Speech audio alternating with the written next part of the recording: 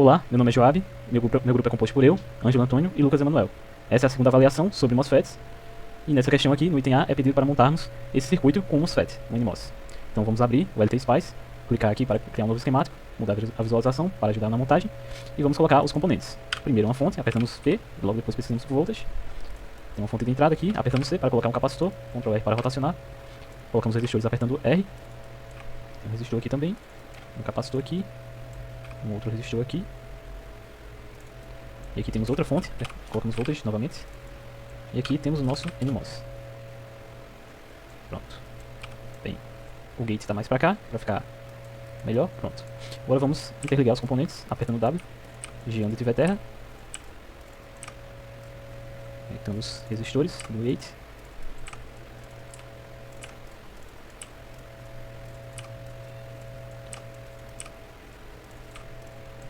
E aqui, esse resistor para cá. Ok, então temos tudo conectado. Vamos colocar agora os valores das fontes. Essa aqui é uma fonte senoidal, amplitude de 100 mV, frequência de 1 kHz. Ok, então vamos aqui para o capacitor, 47 microfarad.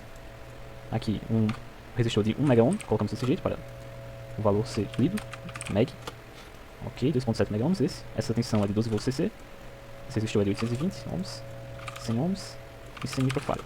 E agora, nosso transistor, como não temos o modelo STK7000, vamos colocar um semelhante, que é o 2N7002. Temos os valores bastante parecidos de especificação com o STK7000. Colocamos ele aqui. Vamos colocar para simular um stop time de 100 milissegundos, um maximum time step de 1 micro. E colocar a nossa ponta de tensão aqui na saída. E aqui temos o nosso circuito montado. Bem, para o item B é perguntado se a forma de onda da tensão de saída V0 está conforme esperado. A nossa tensão de saída está no dreno do nosso NMOS. Então, se a gente for aqui para o nosso circuito, essa é a tensão de saída no dreno do NMOS, não está de acordo com o que é esperado, porque na nossa entrada temos uma tensão senoidal. Como podemos ver, trocar a cor para melhor visualização, é uma tensão senoidal, e como isso é um circuito amplificador, a saída dele deveria estar com a forma senoidal aparentemente igual à da saída, apenas defasada obviamente em relação aos 180 graus e na amplitude. Como a gente pode ver, não está conforme esperado. Mas por que isso? Porque o nosso NMOS não está operando na zona de pequenos sinais, portanto, o componente não está linearizando a nossa saída, a nossa entrada, na verdade. E isso faz com que ocorra essas deformações na nossa saída, no nosso V0. Então, para corrigirmos isso, basta a gente mudar a tensão de entrada para um pequeno sinal, por exemplo, de 1 mV. E agora, se a gente simular novamente, vamos ter uma tensão de saída senoidal bastante parecida com a nossa entrada. Se a gente for colocar aqui, para colocar outro plot plane, e colocarmos a nossa tensão de entrada, veremos que está bastante de acordo. Contando aqui com a defasagem de 180 graus da entrada, que é esse gráfico azul, mudar a cor aqui para vermelho, gráfico vermelho, e como a gente pode ver também, se a gente for colocar aqui os cursores, vamos ter uma tensão de pico a pico de 94 mV aqui na saída, e na entrada vamos ter 2 mV. E isso aqui significa que nosso circuito está amplificando o nosso sinal de entrada, conforme o esperado. Olá, para realizarmos agora a nossa letra C, na qual é pedida o ganho deste circuito amplificador, basta que peguemos nosso circuito agora, vamos dar um run no nosso circuito. A partir do nosso circuito, adicionaremos um novo plot aqui para a visualização dos sinais de tensão. No plot de baixo eu vou pegar o meu sinal de entrada e no plot de cima eu vou pegar meu sinal de saída. Vou mudar a cor para uma melhor visualização. Vou dar um pequeno zoom aqui nos dois sinais e teremos isso. Para calcularmos o ganho, basta que peguemos os valores de pico a pico da entrada sobre os valores de pico a pico da saída. Dessa forma, utilizando aqui a nossa ferramenta de cursores, podemos pegar então o pico a pico da nossa saída, que vai ter um valor de 100 mV. Com agora o nosso MATLAB, podemos calcular esse valor, vezes 10 elevado a menos 3, já que é o nosso está na escala de milivolts, né, na unidade de milivolts, e dividir pela a nossa entrada, né, na qual teremos um valor de 2 milivolts, né? Já que a nossa entrada é uma fonte senoidal de menos 1 até 1 milivolts, o valor de pico será em torno de 2 milivolts. Eu vou colocar aqui logo 2 milivolts, 2, menos 3, o qual nos dará um valor de ganho de 50, aproximadamente 50, 49,58, né? Aproximadamente, o nosso ganho. Além do mais, vemos também que o nosso ganho será numa escala negativa, já que, como os valores de pico a pico aqui estão indo do mais para o menos, e a nossa entrada está indo do menos, do pico de menor valor para o pico de maior, vemos que o ganho é multiplicado por um fator de menos 1. no qual inverte a nossa tensão de saída. Para que consigamos agora a nossa saída em frequência, vamos precisar em Simulate mudar a configuração da nossa análise para uma análise de frequência aqui em década, no qual colocarei 10, 10 e 100 MHz.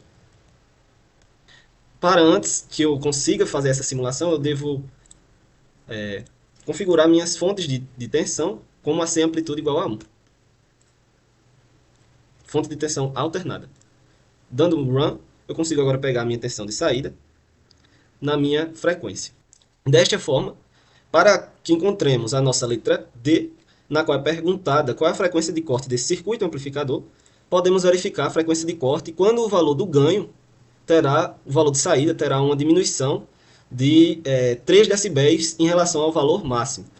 No nosso valor máximo teremos cerca de 33 decibéis, 33,97. Para um ganho, uma saída de menos 3 decibéis, teremos cerca de 30,97 na nossa magnitude. Mais ou menos 30,97. Vai ser mais ou menos neste valor de frequência, 112,3. 112,3 então será a nossa frequência de corte, na qual diminui a magnitude da nossa tensão de saída por 3 decibéis ou raiz de 2. Basta que multipliquemos a nossa divisão, a gente vai fazer a divisão, na verdade, da nossa saída por raiz de 2, encontrando assim a nossa amplitude de corte. Dessa forma, basta que peguemos aqui o nosso sinal, modificamos de 1 kHz para 112 Hz. Vamos modificar novamente nossa simulação para nosso transiente no tempo, né? Dar o nosso run. Com isso, pegaremos agora, igual que fizemos na letra C, a nossa tensão de entrada, adicionar um novo plot e pegar a nossa tensão de saída. Vou modificar a cor aqui para uma melhor visualização. Agora, com esses novos valores, basta que façamos um novo cálculo de ganho da nossa saída pela entrada, da seguinte forma: valor de pico com valor de pico. O valor será de cerca de 70 mV. Pegarei esse valor no MATLAB, farei a divisão por 2 mV, que é o valor de entrada. No caso, teremos esse novo ganho. Nesse caso, eu esqueci de multiplicar por milivolt aqui, vou repetir o passo passado, só colocando um milivolt aqui, a escala de unidade para milivolts, e terei um novo ganho de 35,47. Para confirmarmos se esse é o valor correto, basta que peguemos o antigo valor de ganho máximo, 49,5785, e vamos dividir por raiz de 2. Com isso, chegamos a um valor praticamente igual de ganho, no qual nos confirma que o valor de ganho máximo, ao dividirmos por raiz de 2, chegamos ao novo valor de ganho de corte, no qual teremos com cerca de 112 Hz. A letra E nos pergunta: para a entrada em 1 kHz, ao aumentar a amplitude da tensão de entrada para 500 mV, por exemplo, o que acontece com a tensão de saída? Vimos anteriormente que, quando simulamos o nosso circuito com uma tensão de entrada de 100 mV senoidal, observamos na saída um comportamento de onda distorcida. Isso se deve ao fato de que o sinal aplicado de 100 mV não é um pequeno sinal, portanto, a linearização não é válida para esse tipo de caso. É de se esperar, portanto, que, caso aumentemos a amplitude do meu sinal de entrada de 100 mV para 500 mV e simulemos novamente o circuito, vamos observar o mesmo comportamento de distorção na minha saída do circuito. Podemos concluir, assim como visto na letra A, que esse comportamento só seria cessado quando colocássemos um sinal de pequena amplitude, como é o caso, por exemplo, de um sinal de 1 mV de amplitude. Dessa maneira, ao simularmos o circuito, podemos observar que um comportamento senoidal se é dado na saída, o que é desejado, visto que queremos amplificar o sinal da entrada, que também é senoidal.